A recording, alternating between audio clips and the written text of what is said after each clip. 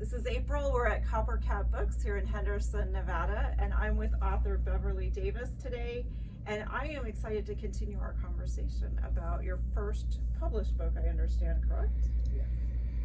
This is The Big Lie is my first published novel, but I have written several short stories that have been published with the Henderson Writers Group and the Henderson Library. So it's kind of like I've been writing all along, but not really pushing myself to push this novel out. But one of the things I think that helped me get this novel completed is my husband died almost 3 years ago. He got sick just as I started working on this. And I thought, well, he's so sick, I gotta deal with this, I can't deal with it, so I put it aside. So it was at that point that I had to deal with grief. And I don't care how trained you are when someone that you love, that you live with for 62 years died. Yeah. You're grieving. Right. And I was. But I didn't want to be one of those little old ladies who sat in the corner and knitted and didn't do anything else. So I said, I'm going to finish this book. So I kept plugging at it and plugging at it and plugging at it. And I finally finished it. So the next question came, what are you going to do with it now?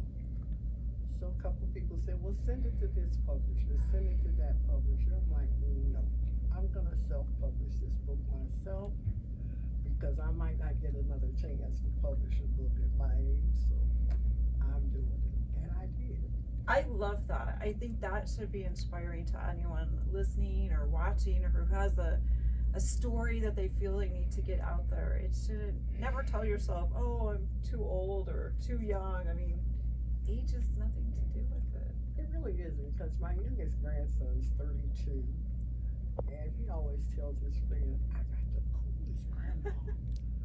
She'll ride a roller coaster with me, and I'm like, yeah, she's crazy.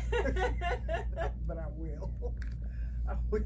I just never have not wanted to be a part of my family life. And to do that, sometimes you just have to step up and do it. That's all, you know. And I think kids that don't grow up around grandparents or older relatives really miss out on a lot.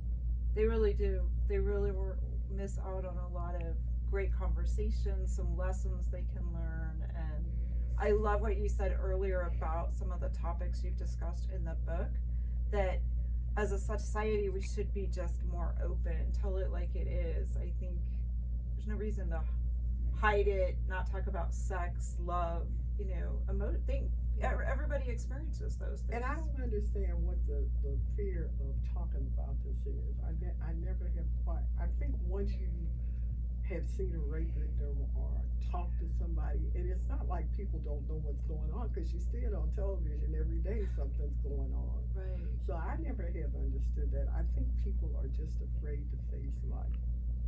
And that's a scary thought, because life goes on whether you want it to or not. Yep, it sure does. And our path can change. What we think the person we might fall in love with, or what career we might end up in, is sometimes so far from what we actually can accomplish, or where the road leads us. Sure. Absolutely. So I love the fact that it's based on a little bit of history. I love that you took up the challenges in a sense of finishing the book, even in the face of grief. And were there people or things that kind of helped keep you going? What things would you? About 10 years ago, I joined a creative writing group at the library, the Henderson Library, and I followed it. The guy who started the group, Gregory Compass, moved on. He moved to Savannah, Georgia, but he gave Zoom meetings. Oh, and good. so we meet twice a week. We meet on Monday and critique things that we write. We meet on Thursdays to just do prompts, to write for he gives us a writing device, a prompt, and then we write for 30 minutes, read it, and critique it again. And it helps because one of the things that he's always said is write what you know. I know a lot about medicine, so I can write a lot of stuff about medicine, but so did Robin Cook. Right. So, you know, I don't see myself as being Robin Cook, and I'm really not that interested in getting into that kind of Right. writing. I'm more interested in the human concept of writing, and what can somebody get from this? You know, what could a young girl who read this book come away with? Could she come away with the fact that she only has to be true to herself? She doesn't have to be true to anybody else. It's just old wisdom. I think it's beautiful, and I hope everyone will take a look at The Big Lie. Beverly will be at Copper Cat Books, and we also have her book on our shelves. And for those that don't maybe have an adult grandmother, mother to kind of help shape us, something like this could be an answer that we need for young women. There's a chapter in here called Bessie's Lament. This is the grandmother, and she talks about not having anyone to talk to who would understand the things that happened to her when she was younger. And so she goes on to say, but this is why I'm working with you, Jasmine, because I don't want you to not feel that you're unloved, that nobody cares about you, that you're not valued. And if you look around, a lot of young women out here, young people, period, that don't see value or future for themselves. Yeah, I hear that echoed, unfortunately, a lot. And I think COVID, unfortunately, since we're past that era, has done a number on kids. I've just seen it in nieces and nephews of my own. And a hesitancy sometimes, depending on what your family dynamic is, how you're raised. Like, you know, do you dare... who do you talk to if you're faced with maybe something happened that kind of crossed the line that you're not sure of, and who do you trust? I think that some of these kids don't feel like they have an open person to talk to. And a lot of them really don't. And the ones that they trust sometimes misuse that trust. Yeah. And this was one of the situations with this fictional character, that she trusted this man.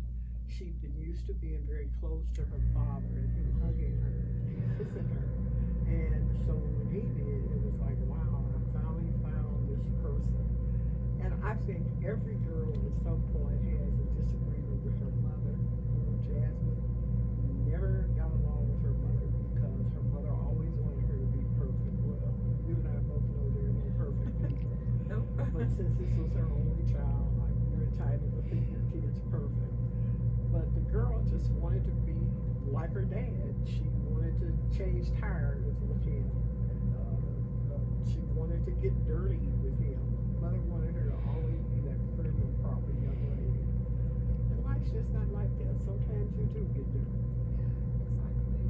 Thank you so much, Beverly, for sharing your book, The Big Lie. And we hope you'll come to Copper Cat Books and pick it up.